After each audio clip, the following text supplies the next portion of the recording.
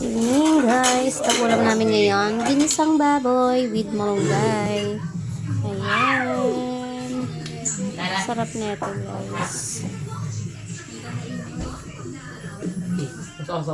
Sarap. Ay si Kalbo.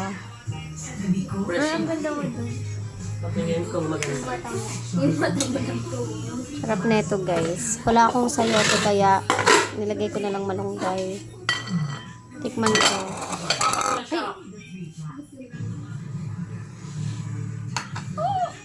Mamumura ka talaga. Sarap na. Bignet. Sarap. Maluluto na siya.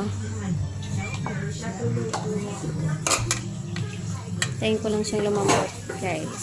So, ayan po ulam namin for today. Thank you for watching. Bakla ko nila lang.